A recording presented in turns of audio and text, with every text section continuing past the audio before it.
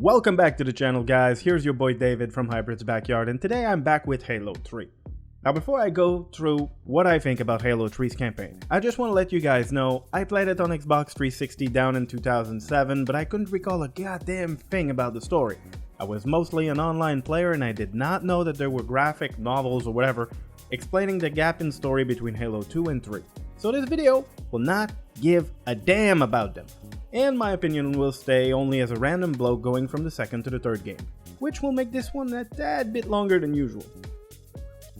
Alright, so let's start this up with the gameplay. It is just as nice as anyone might remember. If you've played Halo 3 in the past, then you'll be right at home. If you haven't, think about Halo 2 but on steroids. It's more action-packed than ever, more weapon, new enemies that can fly and look like bugs, new locations that feels interesting, and some equipment now that gives a bit of extra gameplay element, like being invisible or putting down stationary shields to keep enemies from either shooting you or moving forward.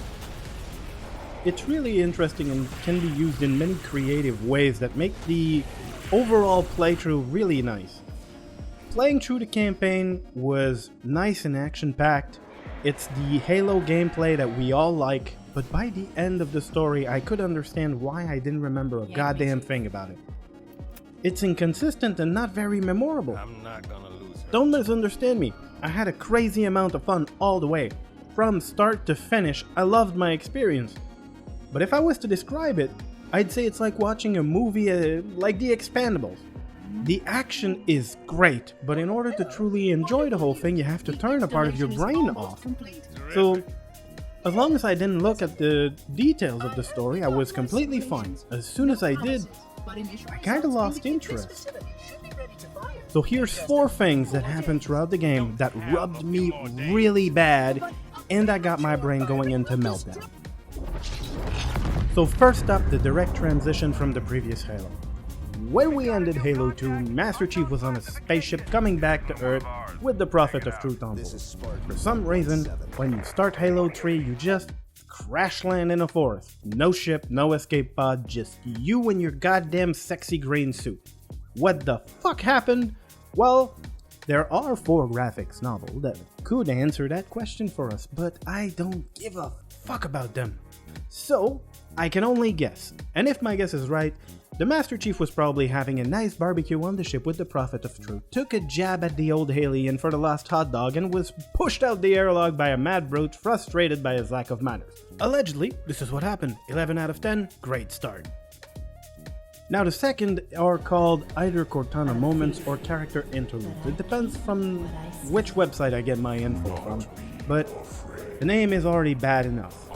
It's either Cortana or the Gravemind. They allegedly use telepathy with the Master Chief to give him some updates or story element during your gameplay moments, but they're just distracting as fuck. I mean, you can't move, your screen changes color, you barely hear what they have to say. Honestly, I'm using quite a good setup, and I had to crank my volume up just to be able to really make out what they were saying, and most of the time when I managed to get the information, it wasn't even noteworthy.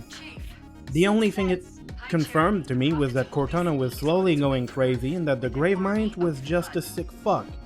So, great job, I guess. Number 3, Mission 9, or better known as Cortana. It's a weird thing. Alright, you know, saving Cortana is obviously a priority. She's a main character, I guess. But making the entire mission about saving her a horror B-movie and giving the player a Cortana moment every 15 fucking feet is not only a pain in the ass, it's fucking distracting. And distracting from an honestly not that interesting level, so it's just a goddamn fail. The last thing that really rubbed me the wrong way, and I don't know if it's just me, but it really did, is the ending. It's basically exactly as Halo Combat Evolved ended. You take a Warthog and you go to the finish line. At least in Halo 1 we had a goddamn timer putting stress on us because we knew if we failed, we died. In this one, there's nothing.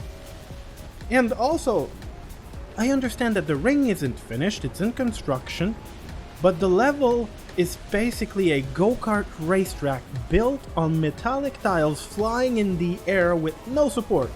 Plenty of TNT attached to a bunch of them, and they explode randomly, building the track as you go. It's the exact same ending as the first one, but with half the budget, not an ounce of stress. I honestly could have flown on a magical unicorn back to the ship and I would have been just as disappointed. No need for the 5-minute racetrack built by Michael Bay.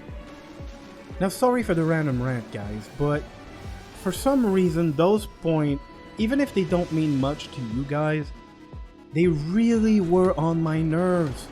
I felt like Halo 1 and 2 were almost perfect campaigns.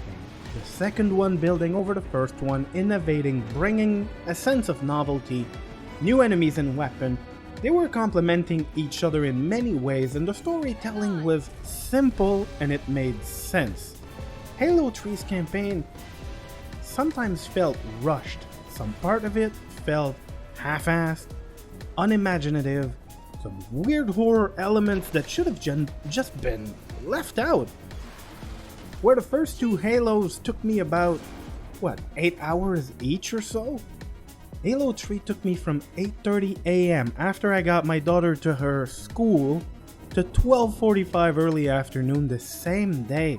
That's about, give or take, 4 hours 15 minutes.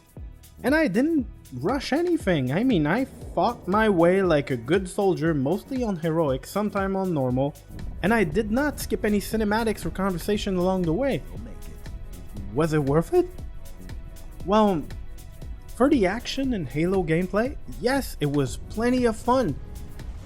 New guns, new enemies, new locations.